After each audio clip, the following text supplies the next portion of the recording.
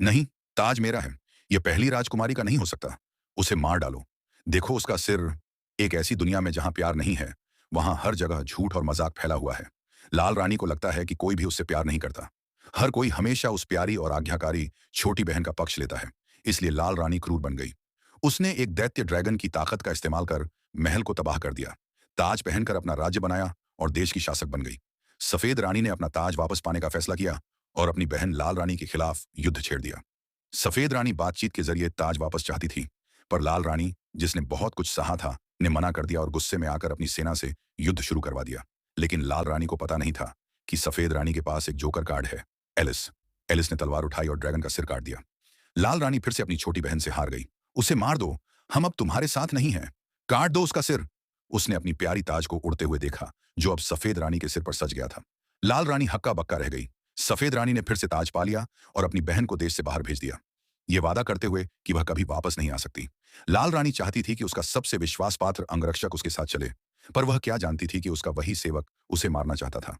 यही बात उसकी भावनाओं को पूरी तरह तोड़ देती है। वह मुझे मारना चाहती है महाराज। वह मुझे मारना चाहती है। मैं आपसे विनती करती हूँ। लाल रानी अब सीमांत इलाके में जा पहुंचती है, जहां उसकी मुलाकात स्टोन स्वॉर्ड लॉर्ड से होती है। धीरे धीरे उनके बीच का रिश्ता गहरा होता है। हर साल जन्मदिन पर वह उसे तोहफे देता है और उसे खुश करता है। मगर ये वो चीजें नहीं थीं जो लाल रानी चाहती थी। उसे चाहिए था टाइम ऑन ऑर्ब, जिससे वह समय में पीछे जाकर इतिहास को बदल सके और अपना सब कुछ वापस पा सके। जल्द ही उसे पता चलता है कि एलिस के पास टाइम ऑन ऑर्ब है। वह जाल बिछाकर एलिस को पकड़ लेती है और सफेद रानी को भी पकड़कर साथ ले जाती है समय यात्रा पर। लेकिन वह जगह उनकी अंतिम लड़ाई का दृश्य नहीं था, बल्कि वह जगह थी जहां उन्होंने बचपन में चोरी से केक खाया थी। छोटी बहन फिर भी सच्चाई नहीं बोलती। गुस्से में लाल रानी दरवाजा खोलती है और दो समय के लोग एक दूसरे से मिल जाते हैं। टाइम ऑर्ब का प्रभाव शुरू होता है। हर चीज पत्थर बन जाती है। सफेद रानी अकेली भागना चाहती थी, मगर जब उसने पत्थर बनी बहन को देखा तो वह उसे खींचकर साथ ले जाने लगी। धीरे धीरे पूरा संसार जम जाता है। एलिस ने कड़ी मेहनत के बाद टाइम ऑर्ब को वापस रख दिया। संसार फिर से जाग गया। समय का मतलब फिर से बन गया।